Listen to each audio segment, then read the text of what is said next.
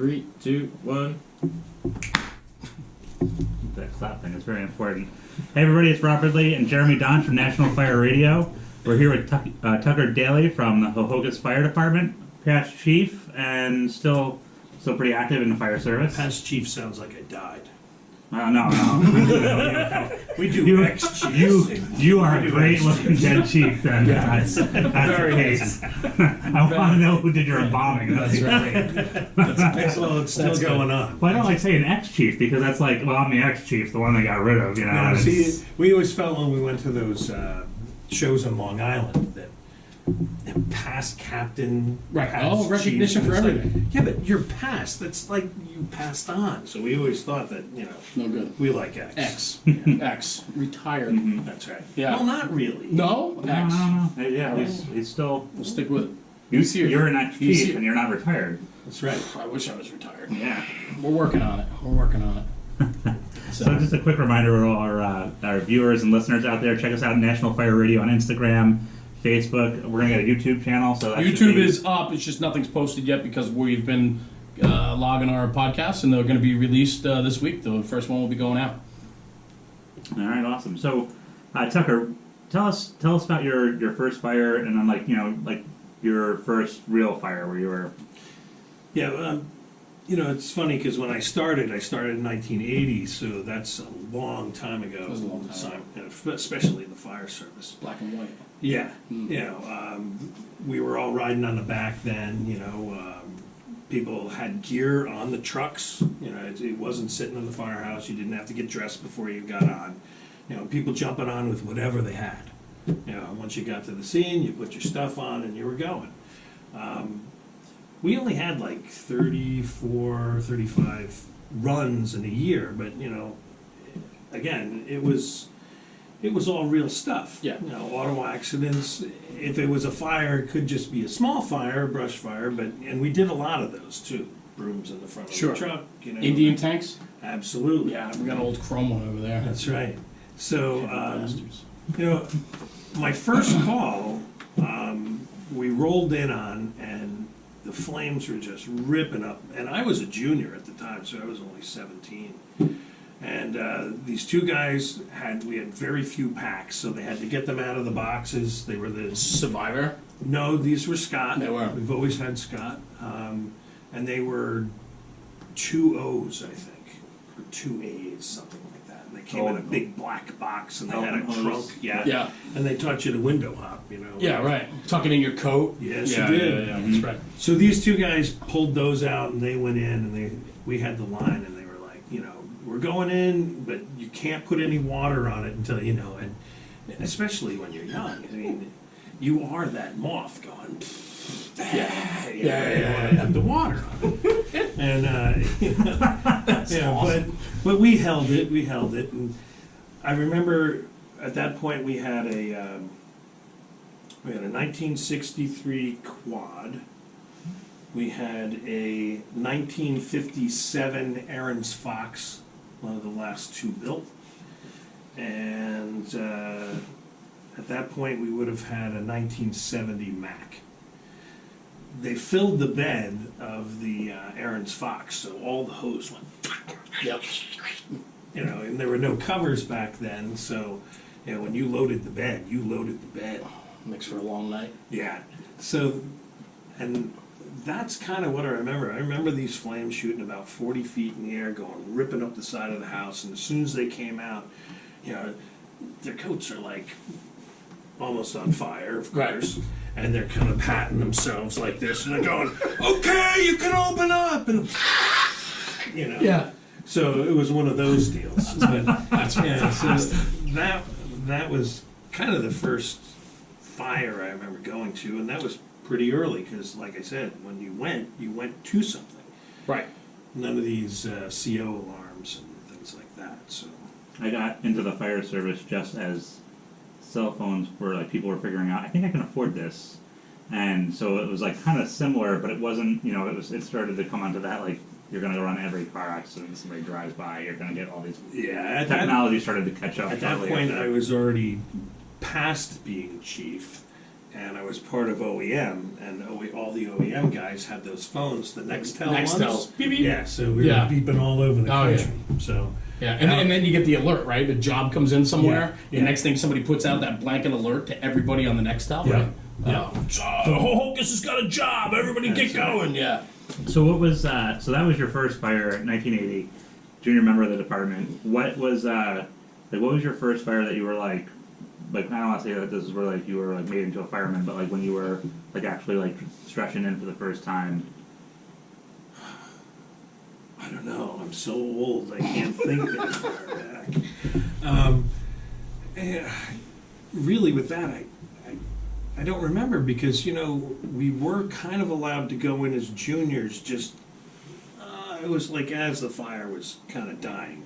I mean, we really worked as Yeah. juniors. Your main job was to water supply, so you were always riding the back of the truck, which was an adventure in itself because two guys would stay at the hydrant and one guy would stay on and flip off to the side as all these couplings are flying off. And when the driver stopped, you pulled the next length and ran around the side and hooked in for him. I think it's kind of unique though. You guys had a junior program in 1980. Our junior program started in 1972. Were you the first department ever? That's incredible because like my hometown department, 1995 is when they rolled it out. That's when junior departments started becoming okay. We're starting to have volunteer issues. Yeah. Let's start getting younger kids into the fire service. Yeah. There were, you're in the same mutual aid as I am, Yeah. and we were one of the first mutual aid systems in the country, and they had thoughts of doing these things. The old gods really, Yeah. sat down and had a few and thought it out, and I know that there were at least 3 junior programs working in 72. Is that right? Yeah. Yeah. That's cool. That's really cool. It's an interesting piece of history I didn't know. Yeah. So kudos to you guys for having that forethought that, we need to do something, get the youth involved and everything else. But really, especially in the community that says we live in, you have to get them in when they're interested and young. You get them trained early because they have time to take classes.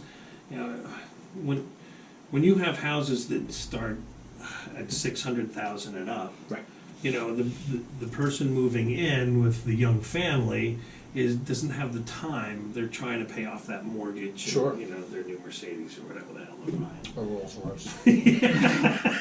Sidebar on that for everybody watching. We had a conversation prior to recording tonight about the overhaul and the role of a Rolls Royce. So we might get into that in a little bit. But no, that's good. I mean, that's fantastic. So Tucker, was there?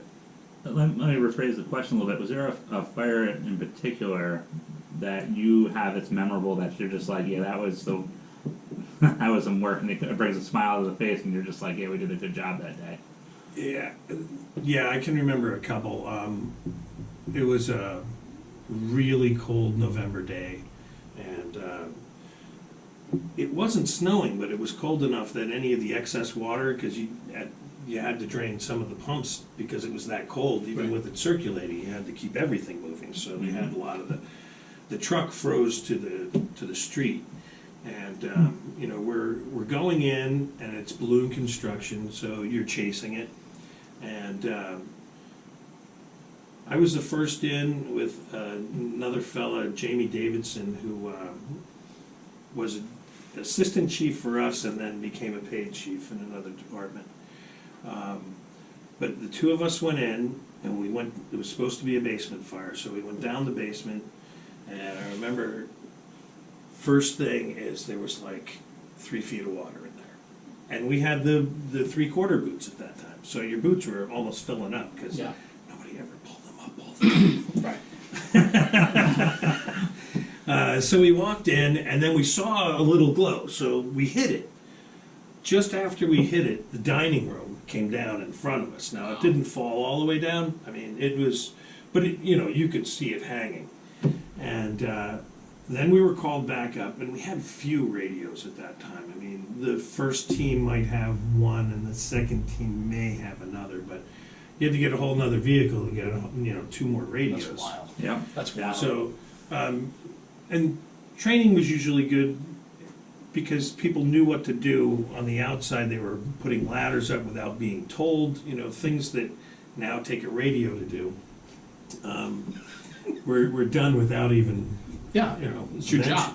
Right. So we were called out and we were said, the family is home and there's a baby on the second floor. So we were like, oh shit, this is bad because, we went to the seat of the fire, the house is filled with smoke.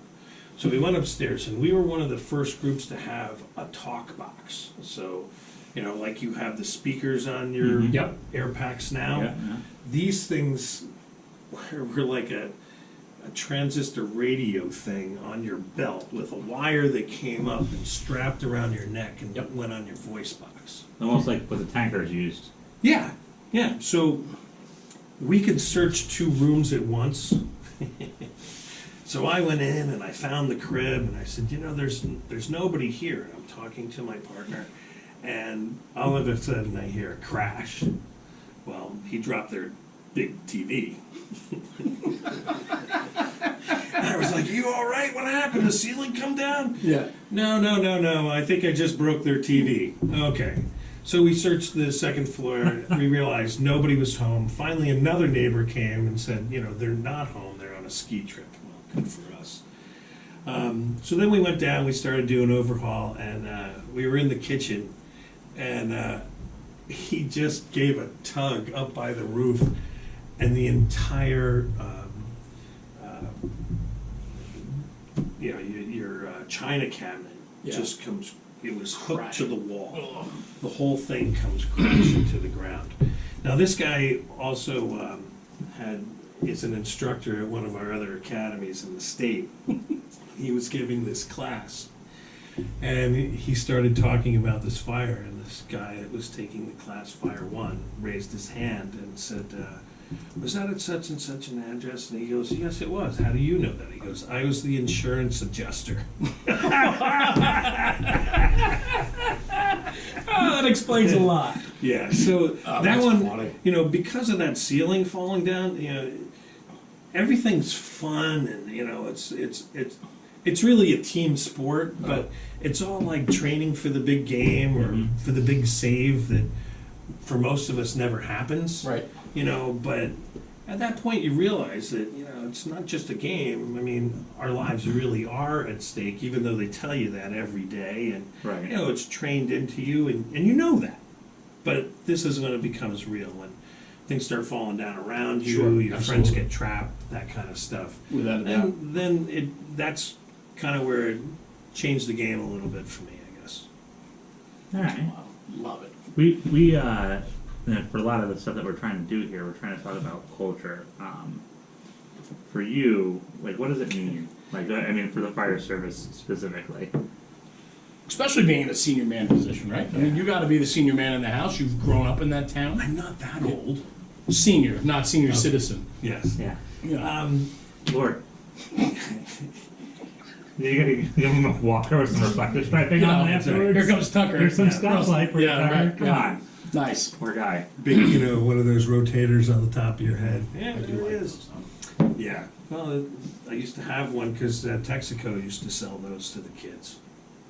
Do you remember those at all? No. See, now you're showing your I, senior I, citizen. I know what you're talking about. I had one for the Halloween Texaco costume as a had a fire helmet, and it was hard plastic, but it fit on the kid's head. And it actually had a microphone with a speaker out the front. That's fantastic. And, I need one of those. And it had a rotator on the top of it. And you just put in batteries and you could talk to people like Could this. you imagine if I had one of those? No. That would That be would've I been can bad. imagine Terry asking me how to bury your body. Like, Right. That's They came in the bedroom. No. right, exactly. We just wanted to figure out how to turn your radio off so we wouldn't have to hear you. He's still trying to turn me But on. he'd still yell over him. So. That's right. That's funny. I had no idea. That's But- cool. Yeah, the fire service, and it's the biggest fraternity in the world. And, you realize that with your good buddies that you went to school with or that you trained with, or you had that big fire, or somebody passed away, and you kind of, that person after a while. I mean, it's, again, like being on a team. I played semi-professional hockey, and you knew the people. You slept with them, you ate with them, you knew you could just throw the puck and they were going to get it because you knew what they were doing. Same thing in the fire service, and that's why we didn't need radios in the old days. But, you know, it's really all about the brotherhood and a family, and you go to a foreign country, and if you meet up with a firefighter, they're more than willing to talk to you. Yeah. You know, if you're a cop on cop, it doesn't go the same way. Mm-hmm. If you're a fireman anywhere in the world, and they get past that, you know, hey, what are you coming up to Yeah. anything for, you know, after that, then you're a brother, and that's what it's all about. You know, it's funny because you say that, and I worry sometimes as I travel the country, and sometimes, like, I'm afraid because you walk into a firehouse, and one, you don't want to, like, guys are taking a nap, or they just got done doing something, or they could just be having a really crappy day, and the last thing they want is some guy coming and be like, hey, I'm a firefighter from New York, what's up? But, I worry sometimes that part of our culture is kind of seeping out a little bit. And we had a guy come in our firehouse the other day. He bought some stuff off of Gov Deals. I think his company is Axe and Hoses. He does benches out of old cotton jacket hose. I know that guy. And from Ohio, I think. Yes. So he stops in, and we're like, you know, and he's the first actual firefighter who's buying some of his equipment off of Gov Deal, and he's not a jerk about it. And so we're talking to him, and we're like, yeah, you know, and I'm like, hey, we got him a challenge coin. We got a couple of shirts. His wife was with him. So we had one of the breast cancer shirts, and she was like, oh, this is a pink shirt. I'm great. You know, she was real happy. And I said, wow, you guys didn't have to do this. And I said, well, come on, bro. Like, I mean, you know, if I was out at your firehouse, I'd expect the same thing. And, like, not to see it, but, like, it's hospitality. It's what we do. Right. And he kind of looked at me for a second, and he was like, yeah, you're right. And I was like, okay, good. You know, but, like, it's just one of those things where it's, I hope that still happens because it's... It does in most places, but, you know, we're now having, it seems as if tradition hasn't stuck, especially with the paid guys, as much. Right. So when you have those turnovers in 20 years, it's not like those traditions, you know, like you said, some of these guys are getting annoyed because you're coming into my house. Mm-hmm. But, you know, it's kind of like a church. Oh, I know, everybody should be welcome, you know? Mm-hmm. And It's kind of the same thing in the volunteer service, though, too. You know, I mean, I look at, like, you know, somebody pulls up, bay doors are up, somebody pulls up for directions, and just watching the reaction of the guys, the brothers standing on the apron of who Yeah. goes up to the car to Right. talk to them, right? And it's always the same one or two guys, right? Or it's when we're out at the fire alarm and the chauffeur's with the engine of the truck and the guys are inside investigating and we know it's food on the stove and they're trying to do an alarm reset and the kids come outside. What do? Do you look at the kids or do you say, hey guys, come over here, let me show you the rig, you know, open up the doors, let the kids climb through the fire engine. You know the brothers are inside resetting the alarm. So your position now is, hey, you know what, I could do a lot of good for this, for And the fire that's service. why you put those little plastic hats on. And Sure. You should be passing them out, and it's good advertisement for you. Yeah. That's right. And everybody wants one that says Hocus on this. I want one of those Texaco hats, that's what I want. I don't think I have that anymore. I don't normally say your career dissipation light's going to go in, but like your life dissipation Yeah, light. You show up in the door with that. I know. No. But you're right. I mean, that culture, though, you know, and instilling that into the next generation. I make a point of it. You know, I'm a ex-chief now. I was a retread as a captain for a bunch of years, and now this is my first year in a long time that I'm not in a lead role. So I'm just a black hat senior that's why guy, you're doing at the this. fire. Yeah, that's right. Because I got so much time, right? Right. But now that I'm like regarded as a senior guy, I don't have a title anymore. I'm just a senior guy. And 9 out of 10 times now, I'm taking the seat and driving the first 2 engine out of our company. And, you know, trying to instill that into the younger guys, like when they come out and they see that I'm pushing the kids up into the rig and letting them sit there, pull the air horn, or show them the fire engine, or you know when we drive past when we drive past the church and they're doing a car wash. You know what, guys? Everybody have a couple minutes. We're gonna pull in. We're gonna pull into the church and let the kids wash the rig and make a mess of it, and we'll clean it when we get back. Right. But at least we were there, you know. And so getting that message across, I think that's hugely important. And I think that's all about the culture and traditions of the fire service. Well, a lot of the fire departments around here are fairly old. Right. And they've always been a part of the community, Right. a big Absolutely. part of the community. Yeah. You know, with spaghetti dinners or whatever, if somebody, you know, they have a house that burns down, you know, a lot of times in the past, like the fire department would do a fundraiser for them. Mm-hmm. Yeah. I mean, you know, that stuff really doesn't happen anymore, but, you know, it was all about bringing the community together through that house. Sure, and as the communities, I think, are growing apart a little bit, just because people are more involved in their day-to-day now, where they have their heads down instead of up looking around. In the firehouse, though, we still need to be able to, maybe we're not the town center anymore, maybe the people don't, the community doesn't revolve around the firehouse, but we can certainly make it still a warm and inviting place and teach the younger generations coming up behind us that, you know, hey guys, listen, this is how it works. You know, we're the leaders in the business here. Like, people come to us when they need something, and so we need to be warm and open and welcome. We can't be standoffish when a person pulls up on the apron for directions, and you're like, hey, you can't park here. Like, they're not parking here. You know, Right. like, so it's just it's that type of mentality. Never had anybody pull up in the apron and just be like, yeah, I'm gonna go do some shopping. I Yeah. figure this is a great spot to leave the car for a while. Yeah, look, yeah, nobody was parked here. I figured I'd leave the keys wide are in open. it. Valet. Here's the keys, yeah, right. Exactly. I still think the firehouses are part of the community though, because you look at it, like, and that's, you said like they're not the center, but like, you look at any disaster that happens in this country, and like, we as a fire service, like, we step up, and because we don't sit around and go, oh, look at what's happening in New Orleans, that sucks. Like, Yeah. they just got hit with a category Right. 17 hurricane that's named Katrina, and she is pissed. That's pretty legit. And then, like, you know, all of a sudden, like, we find out, like, oh, there's a department down in the coast of Alabama that doesn't have anything. Right. And next thing you know, like, we're out there, like, we put a sign up in front of the firehouse. And one thing I do know about Hurricane Katrina in Louisiana, it was a pain in the butt to spell that out on one of the old signs, getting all the letters up. But you put that out, next thing you know, you got cases of water showing up. Yep. Sure. You got No, you're right. you got clothing coming in, and even if, like, because it's that identity of the role where we used to have the pancake breakfast or the spaghetti dinner. Now we're still in that motion. It's just that we're in that collection point. Like, people Right. know they can Yeah. come to us, and Sure. not only that, they trust us to go in their house without a warrant, Yes. and they trust us enough to say, hey, here's this money. Make sure it gets to the people that you say need help, or here's this cup. Make sure it gets to somebody who needs it, and we deliver. So. No, good point. Very good point. So, Tucker, for you in your career, what are some hurdles that you've come across in the fire service, and how have they, like, kind of made you better? Maybe even made you worse. I don't know, but no. Well, you know, it's again, you know, dealing with people from the past, and you know, when I started in the fire service, we weren't wearing much, you know, and the equipment wasn't that good. So cultures don't change in the fire service at all. It kind of stays the same until somebody either gets hurt and they're forced to change, or people get beaten on the head like I did. And you know, I can remember trying to tell them that we need to do positive pressure, and the chief was, yeah, I know we do, but they're still here. And I was like, well, I don't want to be here for another hour, you know, so let's do it once, and you know, you order it, and then we can do it. That's right. And then they'll see that it works, even though they'll be grumpy.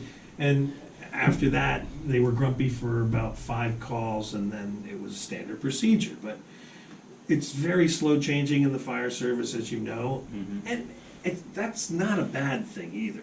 No, you know? you're right. Quick change, you know, to go to a new engine that just comes out because it's sparkly and fancy. Well, these things have to last 20, 30 years. So you kind of have to see what you used before, what can we improve upon it. I kind of don't like all these computers on the machines, because those brass valves were awesome, you know, if you kept them working. You pull the lever, And it works. and it works. We don't hit a button and go, something's stuck. Right. You know, well, I need water now. Well, I don't know how to fix it. You know, and then it takes a while. Yeah. Do you, I'm sorry. Just brought out the bigger hammer, you know, and you get it going. Yeah, I think you bring up a great point, because a lot of times we talk about the younger generation not listening to the older generation, right? But this is what you're saying is completely role opposite, right? Because what I think real quick is that as we put younger guys into more positions of responsibility quicker and quicker these days, I think they're more in tune with an instant gratification, if you will, right? So, hey, I want to institute a change. We changed it.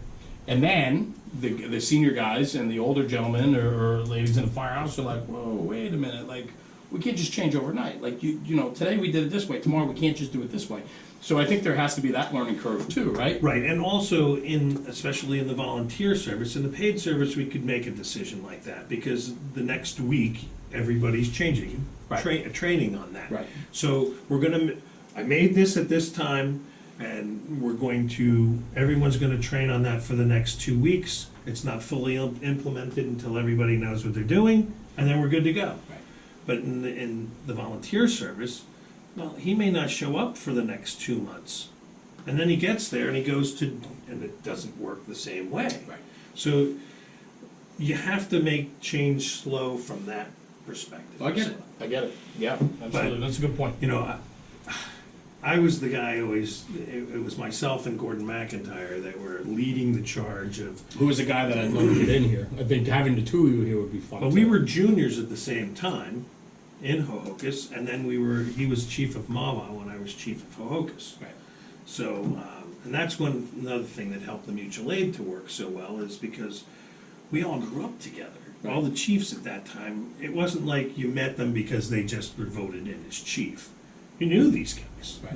So we made a lot of serious changes. I think you came in towards the end of when I was being chief. Yeah, and then And we started the radio committee. Right, and then we made a lot of fast and team, and Yeah. the whole thing just kind of. But it's one thing to be the chief and say you're going to do that. It's another thing to bring it back to the house and make it work too. Absolutely. So, and a lot of that happened in and around my watch. Cool. So, again, I went from the fireball gloves to, these gloves now that have bloodborne pathogen, Yeah. protection, and it's like. We're gonna stop the bullet. That's the fun part, you know. That might be next. What's real quickly, because we're gonna wrap it up here a little bit, but what's proudest moment in the fire service, or moments? Like, is there? Probably when my son graduated from Fire One. That's cool. Yeah, Made him third generation. very cool. That's cool. Awesome. Yeah, that's a proud moment, no doubt. I'm And a father. Number Yeah. on Hohokus Mhm. size? Okay. How's he doing so far? Great. Yeah, no, he takes lots of classes. Wanted to go to Indy with us, but we told him he couldn't. Yeah. How old is he? He is 19. Okay. So he started as a junior when he was 16, and he wants to be a paid firefighter. That's cool. What's That's great. for you as a father? You've ridden out your son before. Have you had the moment where you've watched him head towards a situation and had that? I'm a father looking at my son, or has it been? No, not yet. Although we have been in a fire together, which I said, hey, this is the first fire we've actually fought together.